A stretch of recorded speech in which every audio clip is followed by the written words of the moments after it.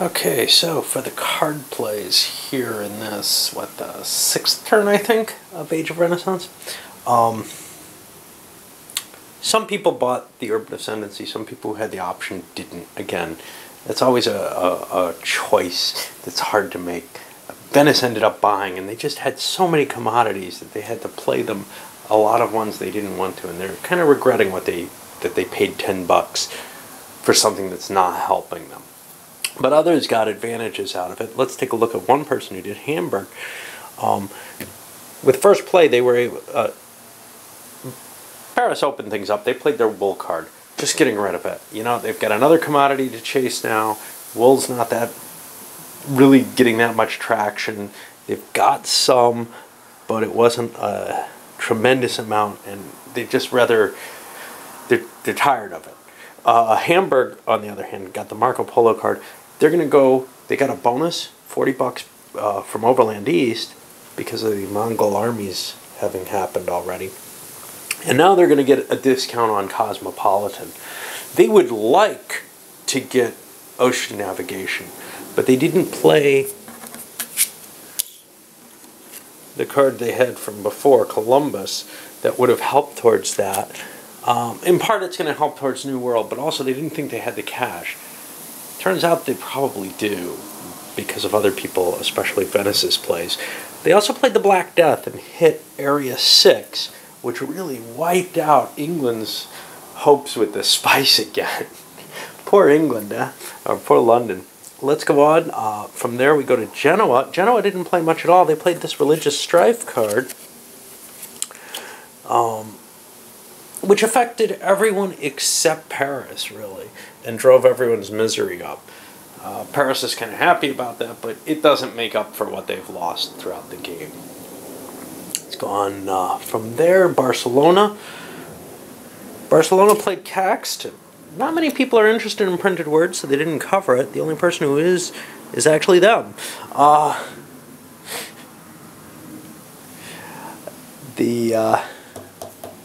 Let's look at the next one. After that comes Venice, who, as I said, they played a pile of these cards. They held two commodities that they think they've got a better chance of doing. Metal didn't pay out to anyone. Hey, that's cool. Grain, they got a little bit, but it helped Hamburg, and likewise with timber, I think it helped Hamburg as well.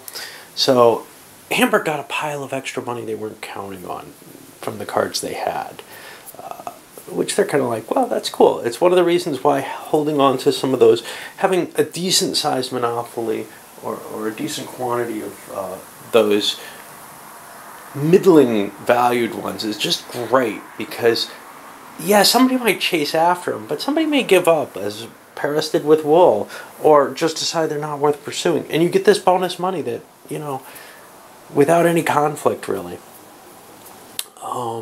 And then from there we go to London. And London had a couple of good leaders, and they're planning on getting pretty much all of these. The Heavens they already had, so they got a $20 rebate into their hand. But the rest of these, institutional research, they have 2 bonuses towards. Ocean Navigation, they put $10 on Prince Henry. It's unlikely anybody's going to go for Copernicus with institutional research without going for Prince Henry as well. So, you know, if they want to pay, they can pay in the one place that's the most valuable. They're probably going to collect some cash off that, and a lot of people are going to get the Ocean Navigation this turn now that something's out there for it. Alright, let's see what the purchases are like. Well, let's jump and look at the first two, because again, they kind of show the poor end and I think what's going to be the rich end of the spectrum. The poor end, Paris, still couldn't get holy indulgences, so they're going to have to pay. They had the choice of trying to buy some advance and taking more misery, because if you don't have enough cash to make up for the tokens you can't pay for, you end up getting a misery space. That could be very good in their case, but the cash just didn't buy anything they tremendously wanted. It's only going to be $7 extra that they had to pay because they took the tokens. So instead what they did was they just picked up patronage, which gets them some bonus towards getting it. maybe they'll pick it up eventually. They hope. Although they're so hosed in so many ways, maybe they should have just taken more misery. Try to get out of this as quickly as possible. On to Hamburg. What did they do? Well, they had a lot available. First of all, they had their card, which gave them Cosmopolitan at a significant amount off. They get 50 off with the written record advantage, which is pretty much a necessity. And then they went and said, okay, why don't I take advantage of what London has, paid the $10, got the ocean navigation and the institutional research there, and they still had more left.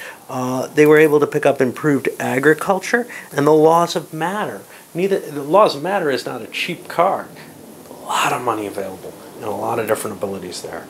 And because they had 2 tiers, if they had 3, they could have done 3 as well. But because they had 2 tiers of, at least 2 in each selection, they were able to drop their misery down 2 levels. And now it's going to get to the point where it's very easy to get 3. It only takes $30 to drop at 3. So they bought some big advances, though.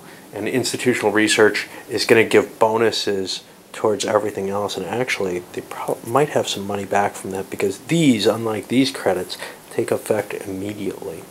So let me see if they can actually buy more. Well, after Hamburg, we saw Genoa actually followed very much the same kind of route, maybe not quite as successfully, but picked up the institutional research, which really only cost $20, 10 to pay London and 10 for $100 advance if you have the other civics. And those cards were out. It was huge. They got the seaworthy vessels. Hamburg's bonus amounted to getting a second one, which they meant to do anyway. They had set up their counters for that. But not as far along for Genoa. And likewise, when we got to Barcelona, they're even further behind. Barcelona is not as bad off as Paris, but they're in the, there's no way this guy can win position, really. They just don't feel completely hosed, but they've been puttering around looking for the silk for so long and just not getting it. And you could say, well, what about London with the spice? Why aren't they? Well, London's been doing well, very well, with their position in here. They just haven't gotten their card that they wanted to trigger. They've found other outlets that were successful in exchange. But then we moved down to Venice, and Venice made kind of an interesting choice. They went with the institutional research as well, because it is such a deal. But instead of continuing on with their seaworthy vessels into the ocean navigation, they're kind of set up for it. They want the spice too, and this is just as cheap to get as out there. They actually went with interest and profit. I think they got that cheaper than they would have been able to get the ocean navigation. They couldn't get that. Yes, they don't have a lot of money left, and they're not going to be able to really pull in a lot of extra interest and profit there. But it could be an interesting alternative way towards trying to collect money through the trade itself. All right, we got London left. I suspect they're going to be a big one. And London got to play a lot with their misery index. They bought Human Body, which drops it by 1. Proselytism, which raises it by 1. Now that's going to allow them to win attacks more often. That's a new one. Make them a little more effective in combat or competition. They got Wind, Watermill, and Improved Agriculture, building their own way up to the interest and profit layer. They picked up their ocean navigation, obviously, and institutional research, and they boosted themselves to 2 boxes with the ocean navigation. Just the excess money there was, you want to get that no matter what. Eventually, you want to get your boxes up to where you can support a decent number of things there. Now, you're going to see what the effect here is. We've got to take care of poor old Paris, and everybody's going to get their points off them. And they're just not going to get essentially an expansion phase. Everybody else is going to get 2 off them. See where we go from there. And we see the effects of the expansion phase. Let's see, Paris obviously couldn't play. Hamburg expanded into a couple of the new markets that are available, as well as moving down into the Crimea. They drove the Londoners out of there. Genoa grabbed themselves a couple of cheapies over here in the East Mediterranean. Moving on, we get to Barcelona, who didn't go. Crap. Alright, great. It's always tough for me to follow these, and I always end up skipping. Well, let's see if I can figure out what they could have done. Okay, so Barcelona managed to actually fight their way into that silk. That's the only one they got, though. They tossed a piece in here, and the English made the English roll dice to attack it, actually. The English had to. They succeeded. The English actually got away with, on another attack, on getting their proselytism to work, which I thought was kind of cool. You know, very low chance of the colored dye being there. Anyway, let's see what... And I'm not sure that this would have happened. Trying to correct something like that just sucks. I don't know what I should have done with the Barcelonans, given that their turn was skipped. Okay, Venice advanced into where? They grabbed a cheap spice. They're looking at probably playing their spice card. Well, now they've lost. They don't have any at all. Just one doesn't make a lot of sense. London's going to be up, though. They've got one here, and they gained one over in the new stuff, New World type stuff. Well, actually, that's in the Indies. And they're probably going to play their card. They've been fighting so hard for this one card. It doesn't make a lot of sense to concentrate that much to gain it. In fact, now that card isn't going into the third deck. Spices, there aren't going to be as many in the third deck because we've already drawn the third deck. And we're kind of in the end stage of the game. I'm expecting things will end, not on this next upcoming turn, but probably by the turn after that. Not because the deck runs out, but because somebody will have bought all the advances. Alright, let's go through kind of the bookkeeping, shortage and surplus, stuff like that. So now we got the new bids in for the next turn. Barcelona bid 6. And that left them $80 left. Enough to do some kind of purchasing, there's no question, although they're still kind of behind most of the people. London bid 12. That's the second lowest. Things have gone back up with $108 left. The reason things have gone back up is now to actually do anything, you need a lot of tokens. So the question is, do you want to do something or not? You know? That moves it on to the next one, Hamburg, which went with 14 and 130 left. And then we got a couple of 16s, and that's on Paris and Genoa. Paris got the worst pick out of the two. And they have $41 and $86 left. And then finally we hit Venice, which bid 18 tokens with $73 left.